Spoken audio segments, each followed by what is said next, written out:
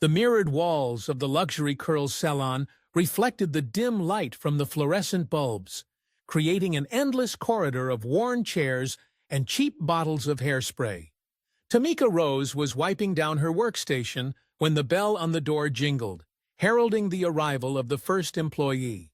"Good morning, Tamika." Shana Banks walked inside, clacking heels that were definitely worth more than her weekly paycheck. "You're early today." Tamika eyed her employee's new designer bag. "And again with an upgrade, I see." Shana smiled as she showed off the bag. "A woman should look like $1,000,000, even if her purse is empty." "Yeah, especially when you complained about not being able to pay your rent last month," Tamika muttered under her breath, but loud enough for Shana to hear.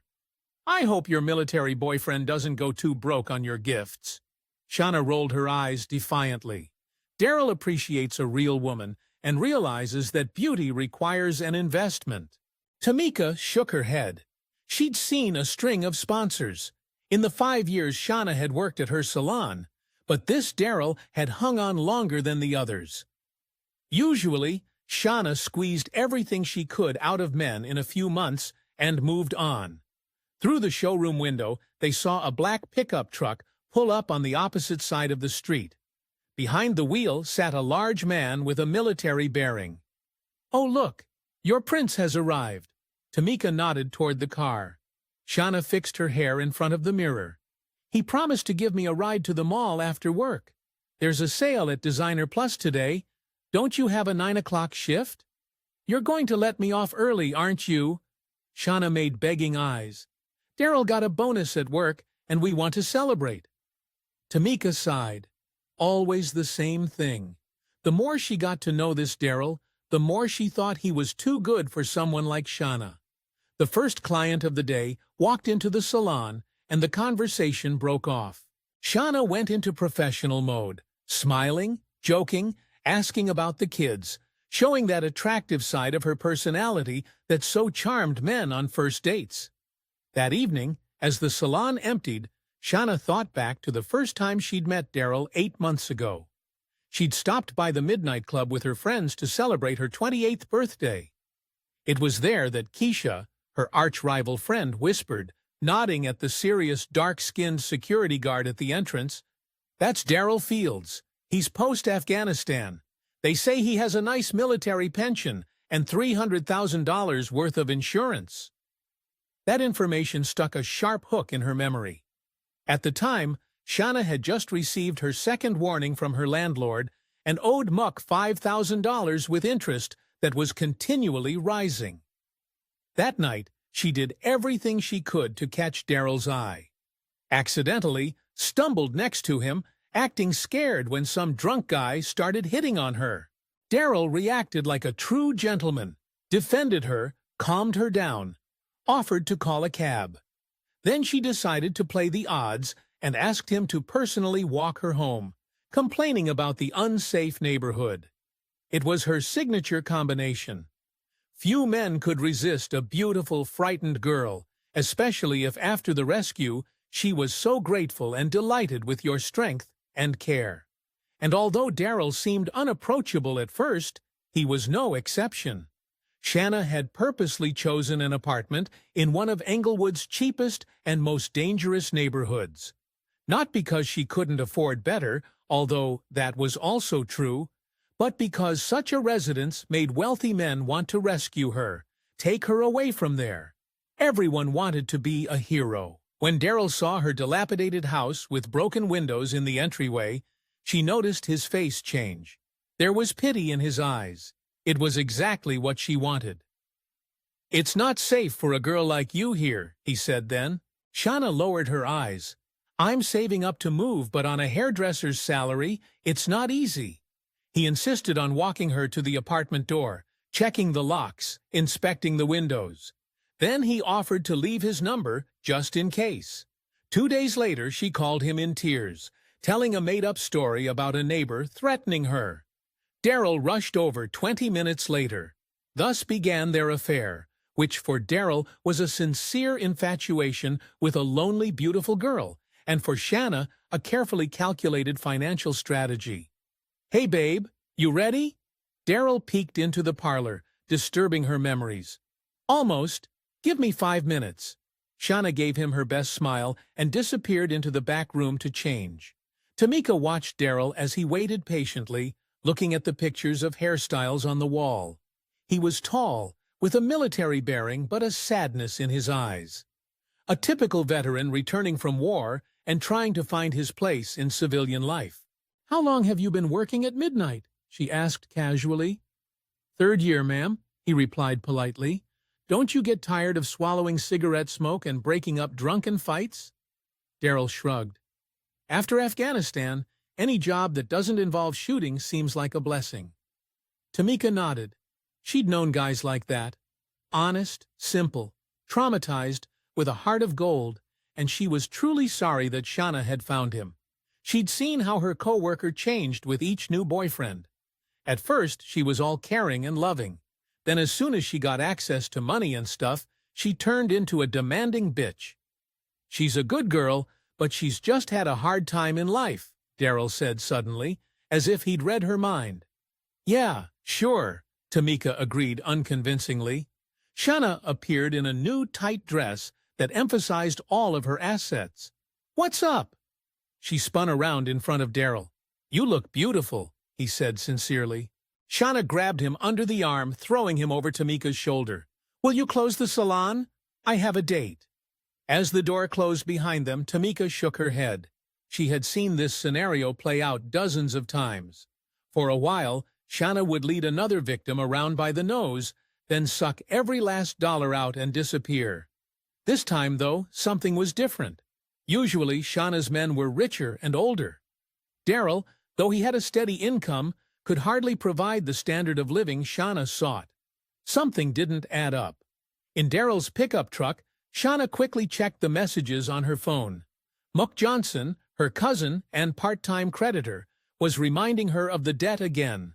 "2 more weeks, and the interest will double," the message read. Shana whined quietly.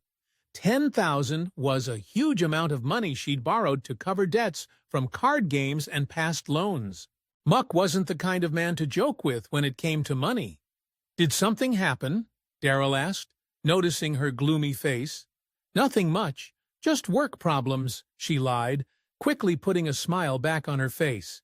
"So you say you got the bonus?" Darrell nodded. "Yeah, the owner of the club is happy with how I handled that gang last week. Gave out a $500 bonus." Shana mentally wrinkled her nose. $500. She'd spent that much on a pair of shoes. It was disastrously small for her plans and debts. "Honey, I'm so happy for you." She put her hand on his knee. "But you know I keep thinking you should get a better job. With your military experience, you could work for a private security company. They pay 3 times as much." Darrell sighed. "We've talked about this before. I like midnight. Everyone's their own there. There's no bureaucracy, and I get to decide my own course of action." "But don't you want more?" She leaned closer, lowering her voice to an intimate whisper. "We could move to a better neighborhood, maybe even buy a house." Darrell gave her a brief glance. "Actually, I have some savings, and the military pension isn't that small. I just don't like to spend money on show." That phrase made Shana tense up. She knew about the pension, about $3,000 a month. Not bad, but not the kind of money worth putting up with PTSD and Darrell's nightmares. The mention of savings, however, was new information. "Savings?" she asked as casually as possible. "Yes, I've been saving since I got back, almost $80,000 already." Shana almost gasped with delight, but managed to keep her expression nonchalant. "That's great, honey. That's very thoughtful of you. 80,000. That would be more than enough to pay off Mook and get a fresh start. Maybe even open her own beauty parlor, something she'd dreamed of for years." Over dinner at an inexpensive restaurant, Shana asked him about his savings in passing, interspersing the questions with stories of her difficult childhood in foster care, mostly made up, and dreams of her own business. Darrell listened intently with sympathy in his eyes. She knew that look. He wanted to save her again. "I believe in you, Shana," he said, covering her hand with his. "You'll get through this, and I'll be there for you." She smiled sweetly, wondering how to get to that $80,000 as quickly as possible. Ask for it? But he'd say no. He was too frugal. Seduce him into buying real estate together? That would take too long, and Mook wouldn't wait. "By the way," Darrell said suddenly, sipping from his beer glass, "remember when we talked about making each other beneficiaries on our insurance policies?" Shana froze. They'd actually discussed it in passing a few weeks ago when she'd been trying to find out details about his finances. "Yes, of course I remember," she answered cautiously. "I made you my beneficiary," he smiled. "If anything happens to me, you get $300,000. I hope that's enough for your beauty parlor." Shana had to do her best not to betray her excitement. $300,000. That's a lot of money. Suddenly, a whole new perspective appeared before her eyes. "You didn't have to," she began, panting with excitement. "I wanted to do it," he interrupted. "I don't have a family. Just you. You deserve a good future." Shana reached across the table and kissed him, in her head already forming a whole new plan. Detective Leroen Jenkins parked the squad car across the street from the liquor store that had been robbed the day before. It's the fourth robbery in 2 weeks in Englewood. Same pattern. Black mask, gun, no witnesses. Small store owners were panicked, and the police had no leads. Leroen got out of the car, adjusting the jacket concealing the holster. In her 47, she remained trim and energetic despite 20 years on the Chicago Police Department. The gray in her close-cropped hair only added to her authority, and her intelligent eyes, with the slight wrinkles in the corners, noticed things others missed. "Mr. Wilson?" She showed her badge to the elderly store owner. "Detective Jenkins. We spoke on the phone." The gray-haired man nodded nervously. "Yes, come in. This is the 3rd time this year I've been robbed, and the police still haven't caught anyone." Leroen professionally let the reproach pass her ears. She knew this part of town like the back of her hand. She'd grown up 6 blocks away. To most cops, Englewood was just a hot spot on the crime map. But to her, it was home with all its problems and contradictions. "Tell me again what happened," she asked, pulling out a notepad. "A black guy in a mask burst in, pulled a gun, took the entire cash register and a bottle of expensive cognac, just like last time. Did you notice any distinguishing marks, tattoos, scars? Maybe he spoke with an accent?" Wilson shook his head. "Nothing like that. Just your average ghetto thug." Leroen held back her irritation at the racist implication. She walked around the store, studying the camera angles. One didn't work, the other gave only a blurry image. "Classic! I'll canvass the neighboring stores to see if anyone saw anything," she said, finishing her inspection. Stepping outside, Leroen spotted a beauty parlor across the street. "Luxury Curls," the brightly colored sign read. Perhaps the store was visible from there at the time of the robbery. She crossed the street and opened the door, meeting her gaze with a middle-aged woman who was styling a customer's hair. "What can I do for you?" the woman asked, still working. "Detective Leroen Jenkins." She showed her badge again. "I'm investigating last night's robbery at the liquor store across the street. Did you see anything unusual around 9 o'clock last night?" Tamika Rose, saloon owner, the woman introduced herself. "We closed at 18 last night, Detective, but Shana stayed until 19:30, doing the hair of a regular customer." "Hey, Shana," she shouted into the back of the salon. "The police are asking about last night's robbery." From behind the curtain came a slender girl with long extensions and makeup that would make a Hollywood actress envious. She was dressed in a tight dress, clearly out of season, and too fancy to work in a hairdresser's shop. "The police?" she questioned, looking at the detective appraisingly. "Did you see anything suspicious last night?" Leroen asked, noting the expensive earrings and bracelet on the girl. "No, I was busy with a client," Shana shrugged nonchalantly. "Besides, my boyfriend came to pick me up and we've been, a little busy." Tamika rolled her eyes, and Leroen made a note in her notebook. Your boyfriend didn't see anything either? He was in the car, waiting for me. Darrell! Shana shouted toward the back door. Come here. The police are asking about last night. A minute later, a tall, muscular man with a serious expression entered the cabin. Leroen instantly recognized him as a military man. The poise, the scanning gaze, the calm confidence. She'd worked a lot with veterans and knew the type. Darrell Fields, ma'am, he introduced himself with a slight nod.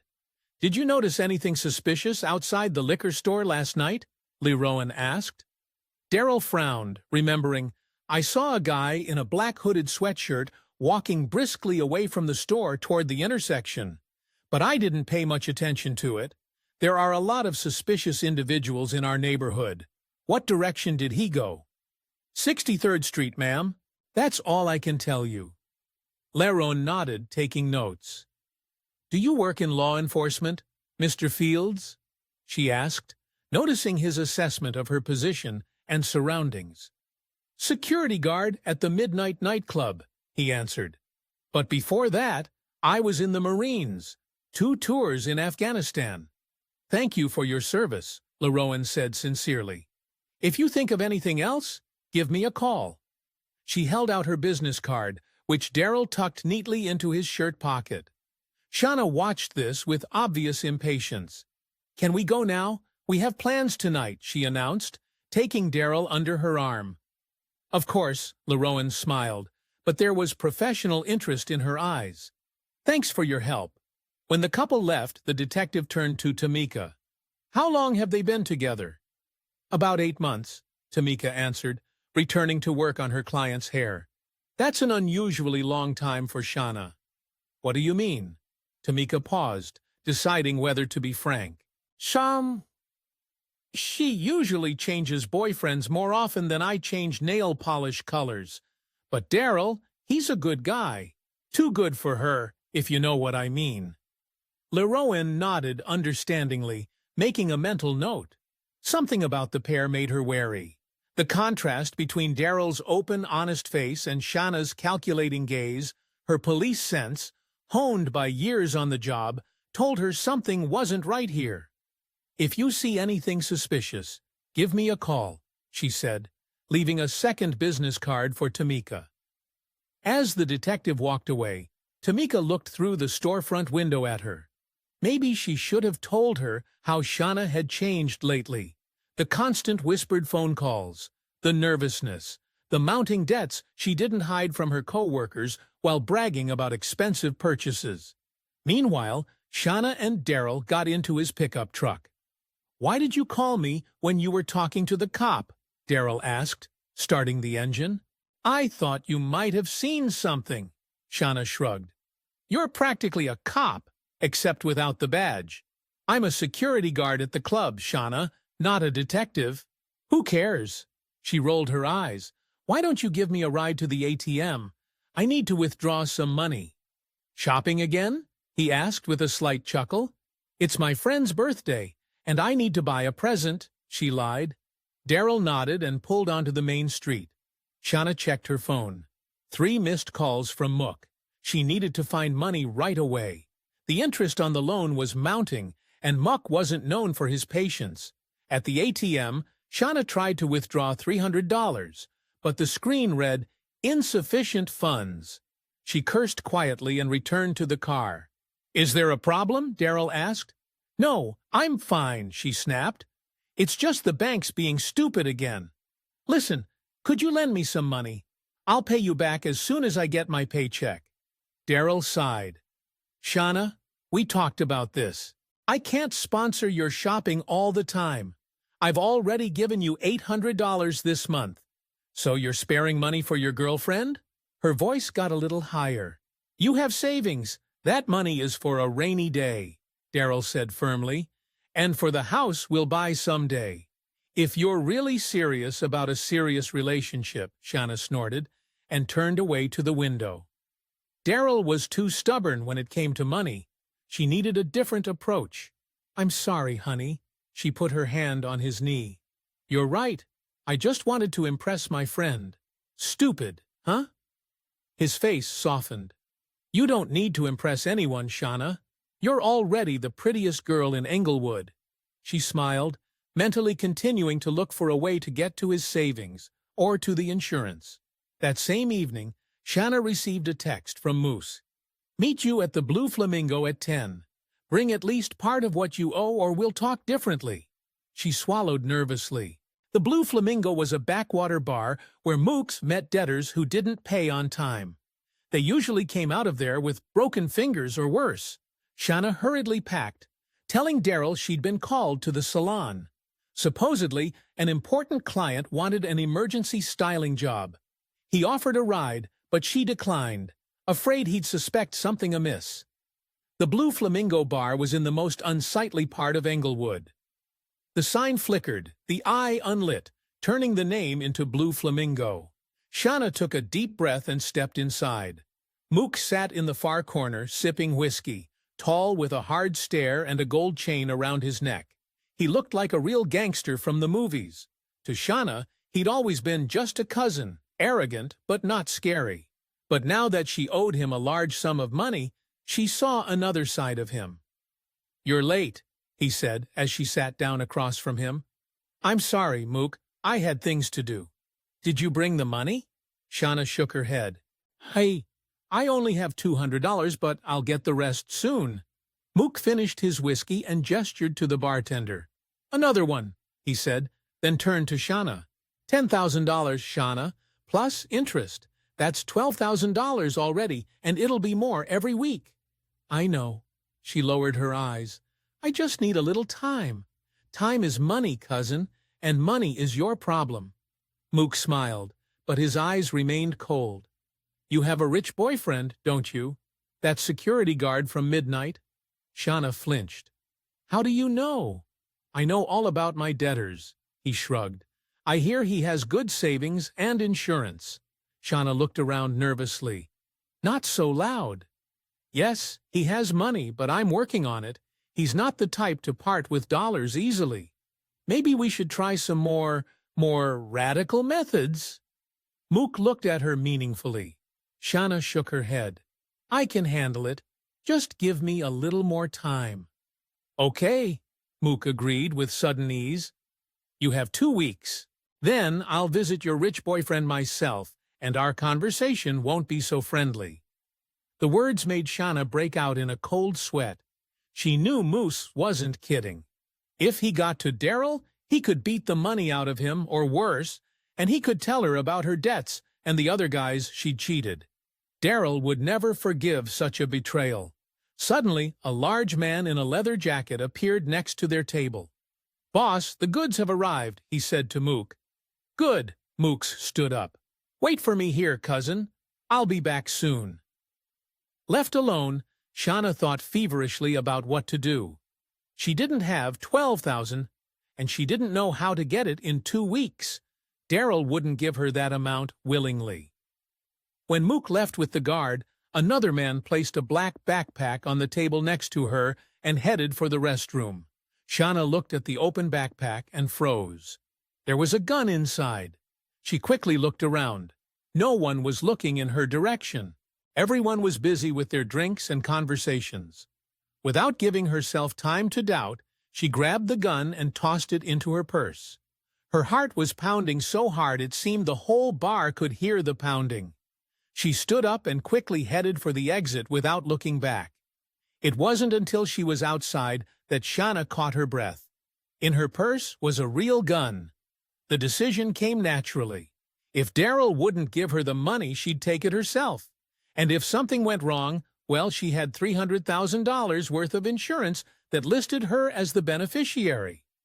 The next morning, Tamika noticed that Shana seemed unusually tense. She kept checking her phone and flinched at every sound. "Are you okay?" Tamika asked when they were alone in the parlor during their lunch break. "Yeah, just didn't get much sleep," Shana replied, but her hands were visibly shaking. "Darrell came by while you were gone," Tamika said casually. "He had a black eye, said he hit the door." Shana tensed. "And? It doesn't look like a door mark, more like a fist mark." Tamika looked at her carefully. or a ring. Shana looked defiantly at her hands with long nails and lots of rings. I don't know what you mean. We had a fight. He went to sleep on the couch. No fights. Shana, Tamika moved closer, lowering her voice. I've known you for 5 years. Did you get into trouble? Shana wanted to snap, but suddenly felt close to tears. She really needed someone to talk to. I'm in trouble, Tamika, she admitted. Big trouble. Does it have to do with Moose? I saw you talking to him in the parking lot last week. Shana nodded. I owe him money, a lot of money, and he's threatening to tell Darrell everything about the other guys, about the debt, about me only being with him for the money. Isn't that true? Tamika asked bluntly. Shana was quiet for a moment, and then quietly answered. At first, yes, but now I don't know. Darrell is nice. Sometimes I think I could be a better person with him. Tamika sighed. Then tell him the truth. Darrell will understand. He loves you. No, Shana shook her head. He'll never forgive me, and I'll still owe Mook. Tamika wanted to say something, but then Shana's phone rang. Darrell's name popped up on the screen. Hi, honey, she answered, instantly changing her tone to sweet and carefree. Shana, we need to talk. Darrell's voice sounded serious. Mook came to see me at the club. Shana turned pale. What? What did you talk about? Come home, and I'll tell you everything, he said, and hung up. Shana looked at Tamika in a panic. I have to go. Cover for me in front of the clients. Tamika nodded, and Shana ran out of the salon, leaving her friend in anxious anticipation. In the evening, Shana returned to the salon with a faded look in her eyes. Her makeup was smeared as if she had been crying. What's wrong? Tamika asked, locking the salon door for the night. Darrell found out everything, Shana said quietly. Mook told him about the debts, about me seeing other guys at the same time as him. He's furious. So now what? He said he won't give me a dime, and that he'd change the beneficiary on his insurance. Shana clenched her fists. I can't let that happen, Tamika. That money is my only chance. Tamika looked at her friend carefully. Shana, what are you up to? Shana didn't answer, just opened her purse, and Tamika saw the handle of a gun. Jesus, Shana, what are you doing? She exclaimed, instinctively stepping back. I just want to scare him, Shana said, but her eyes glittered with a feverish gleam. Make him give me the money. You're crazy. It's not a toy. I know, Shana snarled. I tried it yesterday. She pulled out the gun and twirled it awkwardly in her hands. See? You just press here and… Shana's finger slid over the trigger, and there was a loud click. Both women flinched, but there was no shot. Shit! It's not loaded, Shana cursed, looking at the gun. Shana, stop! Tamika stepped forward. Look, I can lend you some money. We'll talk to Darrell together. No, Shana backed away, clutching the gun. You don't understand anything. This is my only chance. She shoved the gun back into her purse and ran out of the salon, leaving Tamika in a daze. The next day, Shana didn't show up for work. Tamika tried calling her, but her phone was off. She thought about calling the police, but what could she say? That her coworker had stolen a gun and maybe wanted to scare her boyfriend. Toward evening, Darrell came into the salon. His face was grim. There was actually a noticeable black eye under his eye. Tamika, did Shana contact you? He asked. No, she didn't show up for work, Tamika replied, deciding whether or not to tell him about the gun. Darrell, be careful with her. She's desperate. Darrell nodded. I know. She hit me yesterday when I said I wouldn't give her money. I just want to make sure she's okay. Tamika hesitated, but decided he should know. Darrell, she has a gun. She showed it to me last night. His face changed. His eyes widened with shock. What? From where? I don't know, Tamika shook her head. But she was really upset that you found out about her debts and want to change the insurance. Darrell nodded silently and walked out of the salon, leaving Tamika anxious. She thought about calling Detective Jenkins. Maybe she could help, but decided to wait. Perhaps it was just an emotional breakdown, and Shana would come to her senses.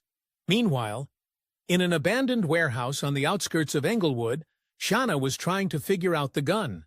She'd found instructions online for the model she'd stolen and was now clumsily trying to load it. "First the magazine," she mumbled, checking the phone screen. Then the bolt.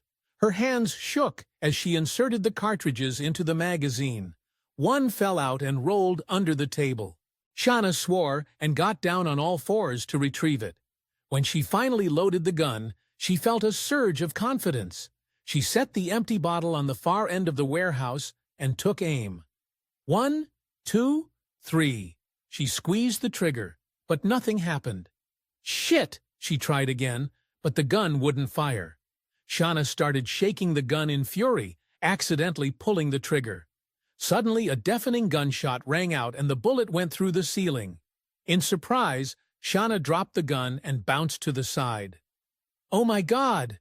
She exhaled as she stared at the hole in the roof. She slowly raised the gun, now with more respect. Then she remembered the safety and found a small lever on the side.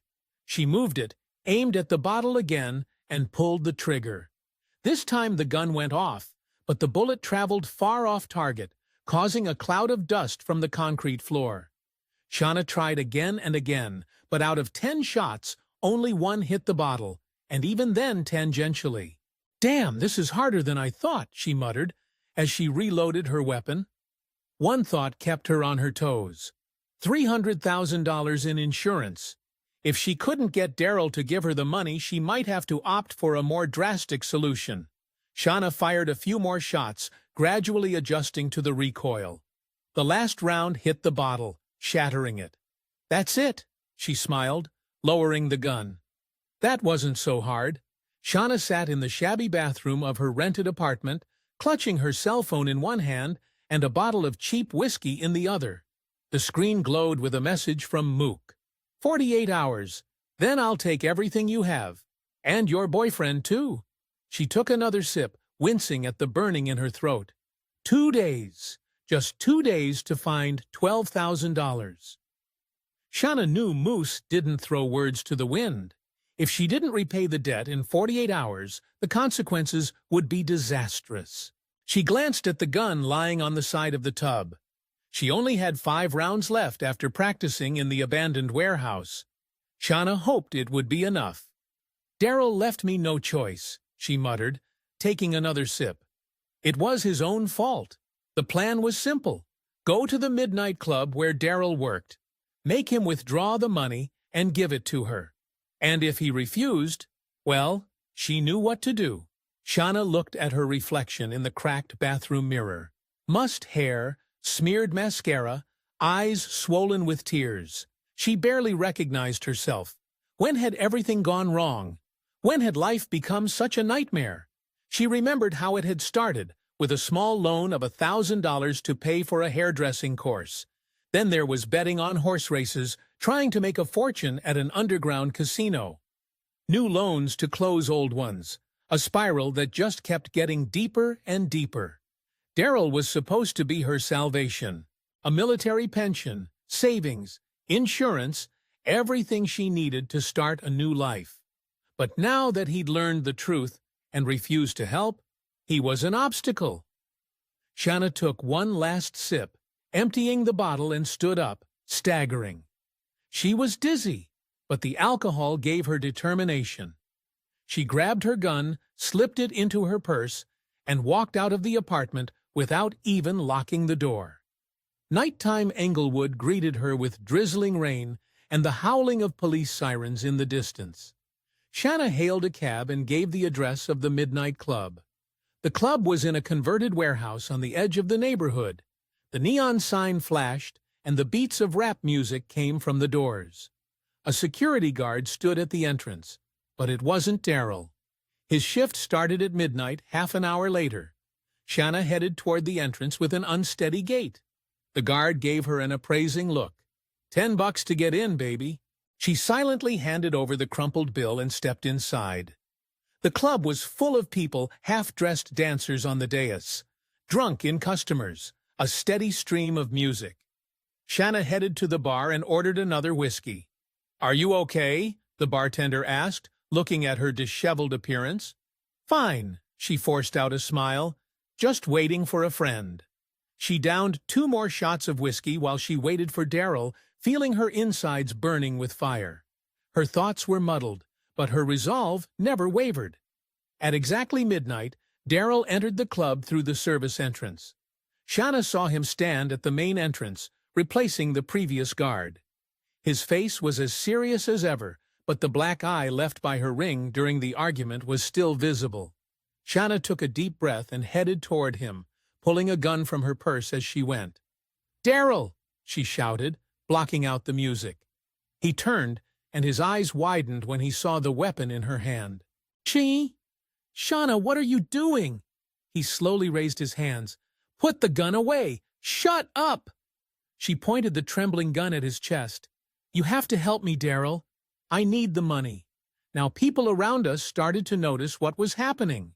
Someone shouted when they saw the gun, and the crowd began to part, creating an empty space around them. "Let's talk," Darrell said calmly, not moving from his seat. "Just put the gun down, and we'll work this out." "No, I'm done talking," her voice broke into a shout. "I want $12,000 now." "Shana, I can't get that much in cash right now. The banks are closed. Let's just—" "You're lying." She took a step closer, the gun in her hand visibly trembling. "You have savings. $80,000. You said so yourself. Call the bank. Make a transfer." "I don't know, but I need that money." Darrell shook his head slowly. "That's not possible right now, Shana. Please, let's just sit down and talk. I want to help you, but not like this." Out of the corner of her eye, Shana noticed the club manager reaching for the phone. Panic gripped her. "Don't move!" she shouted, waving her gun. "No one is calling the police." Darrell took a step toward her. "Shana, listen to me. This isn't you. It's the alcohol and desperation talking in you. Give me the gun, and we'll fix this." "Nothing can be fixed," she whispered, tears streaming down her cheeks. 2 days, Darrell. I only have 2 days to pay Mook back, or he'll kill me, and he'll kill you too. I'll protect you." Darrell took another careful step. "I promise. We'll find a way to deal with Mook, but first you have to give me the gun." He held out his hand, and for a moment, Shana thought everything was going to be okay, that there was a way out, that Darrell would actually help her. And then she remembered his words. "I'm not giving you a dime," and how he'd said he'd change the beneficiary on the insurance. Something broke inside her. "No!" she screamed, and pulled the trigger. The gunshot sounded deafening in the space of the club. Darrell cried out, grabbing her shoulder. A dark stain began to spread across his shirt. "Shana," he muttered, sinking to the floor. Panic broke out in the club. People were screaming, pushing, trying to get to the exits. Shana stood frozen in horror at what she had just done. "God, Darrell, I'm sorry," she whispered. "I didn't mean to, but it was too late." She'd crossed the line. The realization came over her in a wave, and with it, clarity. If Darrell survived, he would tell the police everything. She'd be arrested. Her life would be over. Unless Shana raised the gun again, aiming more confidently. Darrell realized her intentions and tried to roll away. The second shot struck the ceiling, showering them with small crumbs of plaster. "Stop!" Darrell shouted, trying to get to his feet. "Shana, don't do this!" But she was already out of her mind with panic and fear. The third shot rang out as Darrell almost stood up. The bullet grazed his head, leaving a bloody furrow on his temple. He collapsed to the floor, unconscious. Shana stood, breathing heavily, with a smoking gun in her hand. All around her was chaos, screaming, running, the clinking of broken glass. Through the noise, she heard the police sirens approaching. The gun fell from her numb fingers. She turned and rushed toward the back exit, pushing through the panicked crowd. Running outside into the rain, Shana turned a corner and bumped into someone.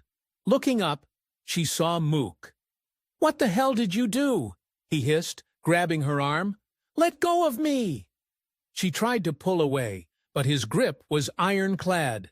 You shot your boyfriend? Mook shook her. Are you crazy?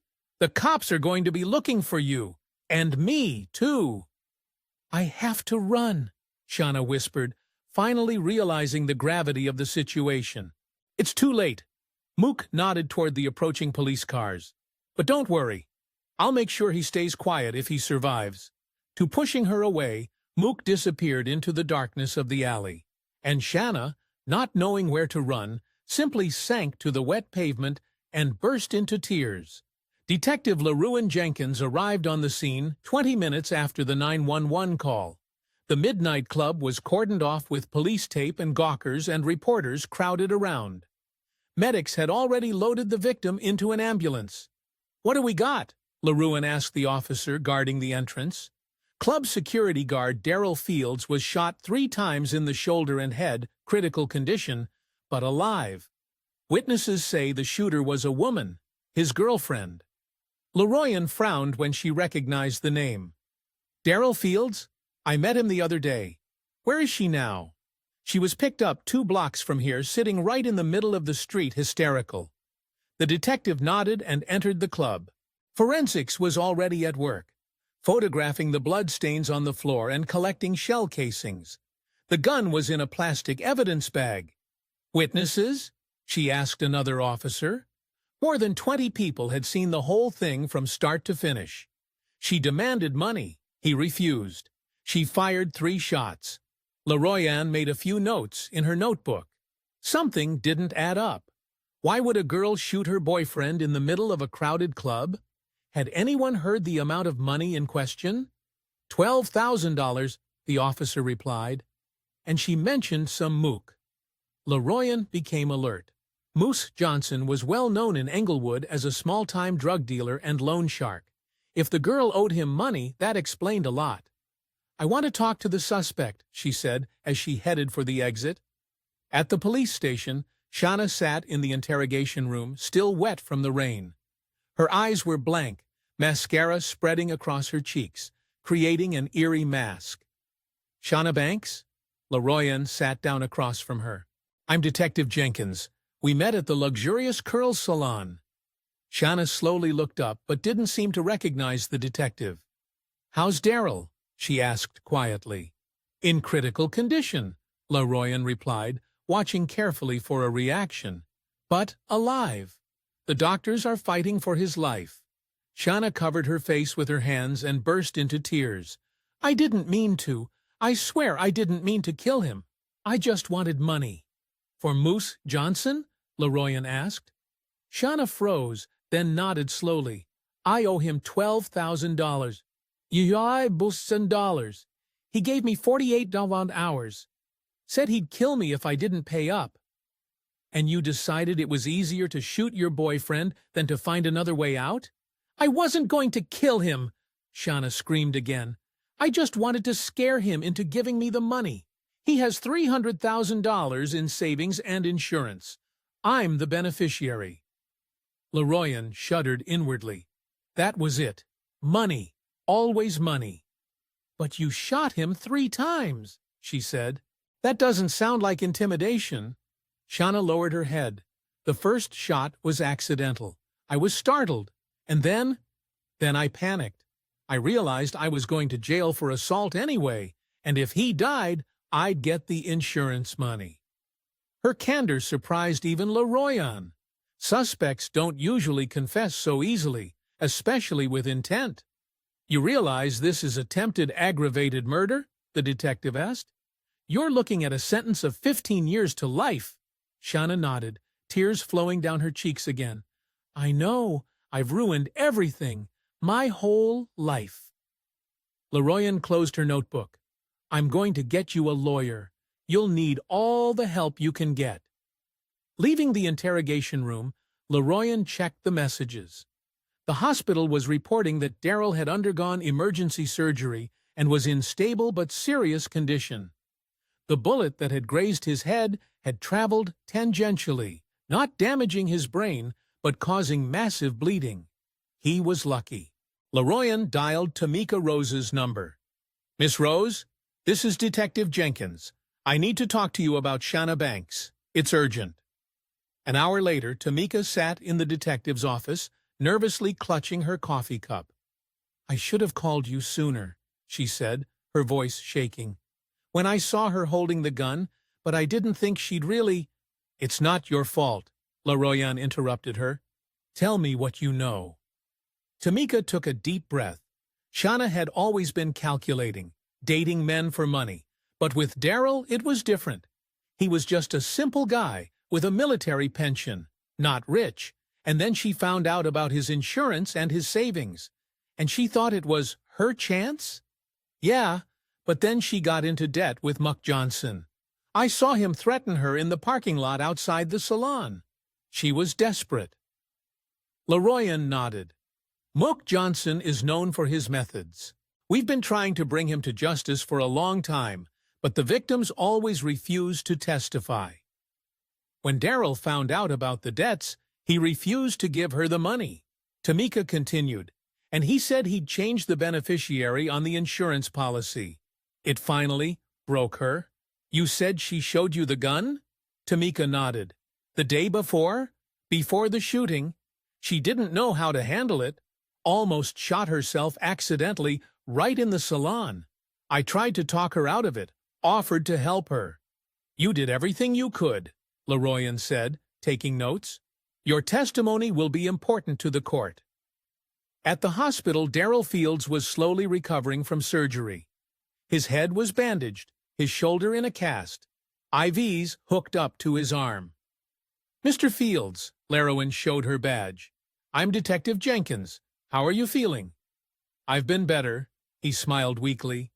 Shana, in custody, Leroen said. She confessed to everything. Darrell closed his eyes. I don't understand how it came to this. I loved her.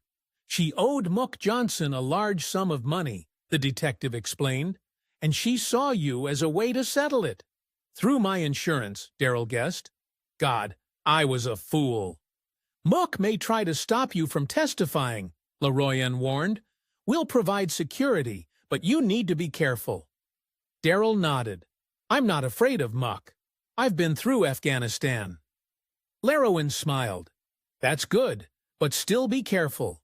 In the following weeks, Detective Jenkins gathered compelling evidence against Shana Banks. The club's surveillance footage, witness statements, the gun itself with Shana's fingerprints on it, the suspect's confession, the case was all but closed. As Leroen had predicted, Muck Johnson tried to intimidate Darrell. First there were anonymous calls, then 2 unknown men waiting outside his house, but police security and Darrell's own determination kept the intimidation at bay. Finally, the day of the trial arrived. The room was full. Reporters, gawkers, relatives of the victim. Shana sat at the defense table in the strict gray suit the court had provided. Her hair was in a simple bun, no makeup. She looked nothing like the day they met at the beauty parlor. Darrell entered the courtroom with a bandage on his head, his shoulders still in a bandage. He avoided looking at Shana as he walked to the witness stand. Mr. Fields, the prosecutor addressed him, can you tell the court what happened on the night of October 12th? Darrell took a deep breath. I was working security at the midnight club. Shana, my girlfriend, came in around midnight. She was drunk and waving a gun around, demanded that I give her $12,000. And what happened next? I tried to calm her down, convince her to put the gun down, but she was out of control. Said Muck Johnson gave her 48 hours to pay me back. When I refused to give her the money, she shot me in the shoulder. And the other shots? Darrell swallowed. I tried to get up. The second shot went into the ceiling. The third one hit me in the head, tangentially. The doctors say I was very lucky. There was a whisper in the room. Shana sat with her head down, tears dripping onto her hands folded in her lap. Tell me, Mr. Fields, the prosecutor continued, were you aware of Ms. Banks's financial problems? Not right away, Darrell answered. Muck Johnson came to my club the day before the shooting, told me that Shana owed him money, that she was only dating me because of my insurance and savings. I didn't want to believe it, but when I asked her, she confirmed it. "And you refused to give her the money?" "Yes, and I told her I'd changed the beneficiary on my insurance. After that, she hit me and left. The next time I saw her, she was pointing a gun at me." Shana's attorney, a tired-looking man in a rumpled suit, tried to convince the court that his client had acted under extreme mental agitation, threatened by Mook Johnson. But the arguments sounded unconvincing in the face of the evidence and Shana's own confession. Tamika Rose testified about seeing the gun in Shana's possession the day before, about practicing shooting, about talking about Darrell's insurance. The final surprise was the appearance of Mook Johnson himself as a defense witness. He denied that he had threatened Shana, claiming he had simply given her the loan legally. But his nervousness and contradictory testimony only confirmed the prosecution's version of events. When all the witnesses had been heard, the judge recessed for sentencing. Leroen approached Darrell, who was sitting alone on a bench in the hallway. "Are you all right?" she asked. "I don't know," he answered honestly. "I still can't believe that the man I loved tried to kill me for money. People sometimes do terrible things when they feel cornered," Leroen said, "but that's no excuse." Darrell nodded. "You know what the ironic thing is? I was going to help her with her debts, not give her all the money at once, but gradually, if she'd just been honest with me from the beginning." Leroen put a hand on his healthy shoulder. "Don't torture yourself with what-ifs. You did the right thing." When the court reconvened, the judge announced the sentence: 15 years in prison for attempted aggravated murder. Shana stood motionless, listening to the sentence.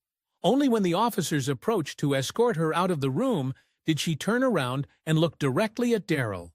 Her eyes were a mixture of regret, anger, and, surprisingly, love. "I'm sorry," she said breathlessly before she was led away. Darrell didn't answer anything. He slowly stood up and walked out of the courtroom, accompanied by Detective Jenkins. There was a long road of recovery ahead, both physical and mental, but he was alive, and that was what mattered. Leroen stared after Darrell, thinking about how many stories like this she'd seen in her career.